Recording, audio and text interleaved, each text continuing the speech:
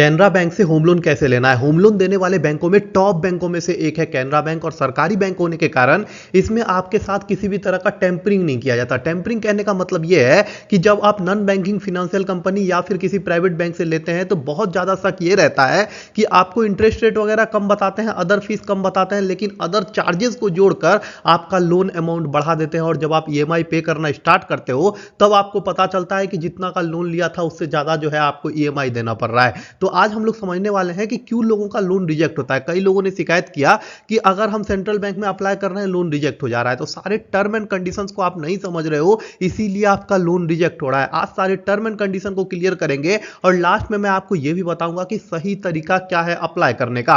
पूरे प्रोसेस को समझेंगे और समझेंगे कि आप कैसे जो है आसानी से सेंट्रल बैंक से होम लोन ले सकते हैं। एक जरूरी बात है जो आपको पता होनी चाहिए कि कैनरा बैंक हो या कोई भी बैंक हो, हर स्टेट में अलग अलग लोन का ऑफर लेके आती है अपने टारगेट को पूरा करने के लिए। और कई बार जब स्टेट की इनकम सीमित होती है तो उस कंडीशन में भी लोन के इंटरेस्ट रेट में छूट दिया जाता है। तो अगर आप अपने शहर का नाम, आप अपने स्टेट का नाम कमेंट कीजिएगा तो एक्यूरेटली मैं बता पाऊंगा कि आपके यहां क्या इंटरेस्ट रेट चल रहा है कैनरा बैंक का। दूसरा इंपॉर्टेंट चीज ये समझिए कि कैनरा बैंक में जो है आपको लोन फ्लोटिंग ब्याज दर पे भी मिलता है और फिक्स पे भी मिलता है। फ्लोटिंग पे अगर आप लेते हैं तो 8.40% से लेके 11.25% का आपको इंटरेस्ट रेट लगेगा। अगर आप फिक्स ब्याज दर पे लेते हैं तो आपको 9.75% से लेके 12% का ब्याज दर लगेगा। एक छोटे से संदर्भ में बता दूं कि फ्लोटिंग मतलब हो गया कि आरबीआई अगर इंटरेस्ट रेट बढ़ाएगा तो आपका भी बढ़ेगा, आरबीआई अगर घटाएगा तो आपका भी घटेगा। फिक्स का मतलब हो गया 30 साल के शुरुआती, मतलब जब होम लोन लेते समय जो इंटरेस्ट रेट आप फिक्स करोगे वही इंटरेस्ट रेट आपको 30 साल तक पे करना पड़ेगा।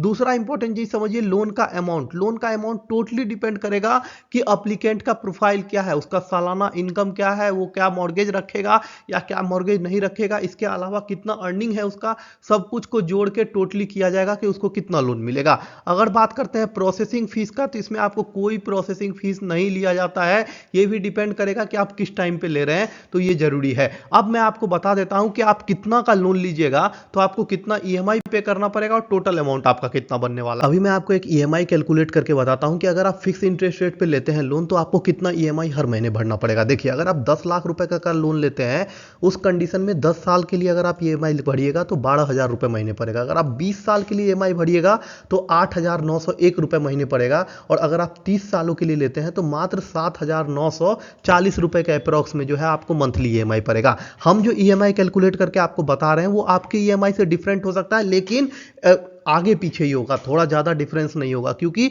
हमने भी उसी इंटरेस्ट रेट पे कैलकुलेट किया है। ये बस आपको समझने के लिए है कि आपको कितना लोन लेना चाहिए और आपको एक आइडिया देने के लिए कि आपको कितना ईएमआई बनने वाला है। अगर आप देखिए 30 लाख का होम लोन लेते हैं उस कंडीशन में महीने का ईएमआई जो आपको पड़ेगा 30 साल तक वो होगा अप्रॉक्स 23,816 रुपए। अगर आप 20 साल के लिए बात करें तो 26,703 रुपए। वही 40 लाख का अगर आप होम लोन लेते हैं उस कंडीशन में आपके महीने का ईएमआई पड़ेगा 31,754 रुपए। अगर आप वही 20 साल के लिए कीजिएगा तो 35,604 रुपए। और यही अगर आप 10 साल के लिए ईएमआई भरिएगा तो पर महीने जो है 50,346 रुपए जो है आपको ईएमआई भरना पड़ेगा। अगर आप 50 लाख का लोन लेते हैं उस कंडीशन में अप्रॉक्स ले लीजिए कि 40,000 का ईएमआई आपको महीने का जाएगा। और अगर आप 20 साल के लिए भरिएगा तो अप्रॉक्स 44,000 का ईएमआई जाएगा। अगर आप 10 साल के लिए भरिएगा तो अप्रॉक्स जो है 62,000 रुपए का ईएमआई जाएगा। तो ये आप समझ लीजिए कि ये एक ईएमआई मैंने बता दिया कि आपको कितना होम लोन लेना है, उस हिसाब से आप देख लीजिएगा। अब ये देखिए कि आपको सेंट्रल बैंक के अलग अलग स्कीम्स के तहत होम लोन दिया जाता है। इसमें से कौन सा स्कीम आपके लिए बेस्ट होगा उसको भी सेलेक्ट करना जरूरी है। कैनरा बैंक में आपको घर बनाने के लिए भी लोन मिल जाता है और प्लॉट खरीदने के लिए भी लोन मिल जाता है। अगर आप कैनरा बैंक से होम लोन लेते हैं उस कंडीशन में इंटरेस्ट रेट 8.40% से स्टार्ट होकर 11.75% तक जाता है। अब ये देखिए कि प्रोसेसिंग फीस जो है मिनिमम 0.50% है और प्रोसेसिंग फीस पे जो है बहुत सारे फेस्टिवल्स में, बहुत सारे समय पे, बहुत सारे स्टेट्स में छूट दिया जाता है।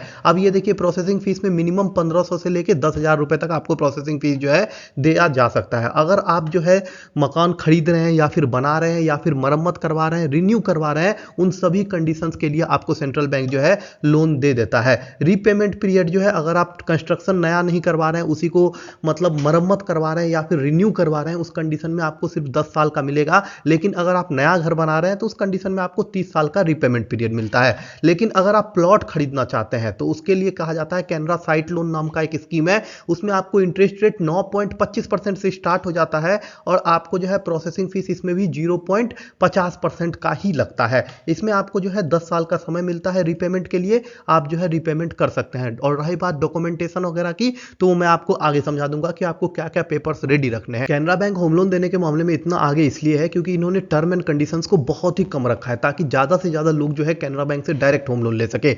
देखिए आपका उम्र जो है 21 साल से 70 साल के बीच में होना चाहिए, आपको जो है होम लोन मिल जाता है। दूसरा, आप इंडियन रेजिडेंस है या फिर इंडियन रेजिडेंस नहीं है उसमें कोई मैटर नहीं करता, आपको जो है होम लोन मिल जाता है। आपके पास जो है एक सैलरी होना चाहिए, सेल्फ एम्प्लॉय है तो एक रेगुलर इनकम का साधन होना चाहिए। अगर आप बिजनेस कर रहे हैं तो उस कंडीशन में आपके पास इतनी इनकम तो होनी चाहिए कि आप ईएमआई भर सकियो। अगर आप ईएमआई दे सकते हैं तो उस कंडीशन में आपको जो है कैनरा बैंक लोन दे देता है। डॉक्यूमेंट्स की लिस्ट आपको मैं देने जा रहा हूं, क्या क्या पेपर्स इंपॉर्टेंट होंगे आपको कैनरा बैंक से लोन लेने के लिए। इंपॉर्टेंट पेपर में सबसे पहला पेपर जो होगा आपका केवाईसी पेपर होगा। उसमें आप जो है अपना voter ID card, Aadhaar card, PAN card, इन तीनों पेपर्स को तो सबसे जरूरी रखिएगा, जिसको कहा जाता है आइडेंटिटी प्रूफ, जिसमें आप PAN card, driving licence, voter ID card, Aadhaar card जमा कर सकते हैं। एड्रेस प्रूफ की बात करें तो इसमें भी आप Aadhaar card, PAN card, copy of utility bill का मतलब हो गया पानी का बिल, बिजली का बिल, कुछ भी जमा कर सकते हैं। उसके बाद वोटर आईडी कार्ड हो गया, ड्राइविंग लाइसेंस हो गया, वैलिड पासपोर्ट हो गया, अगर पासपोर्ट है तो, नहीं है तो कोई बात नहीं, इनमें से कोई एक पेपर भी जमा कर दीजिएगा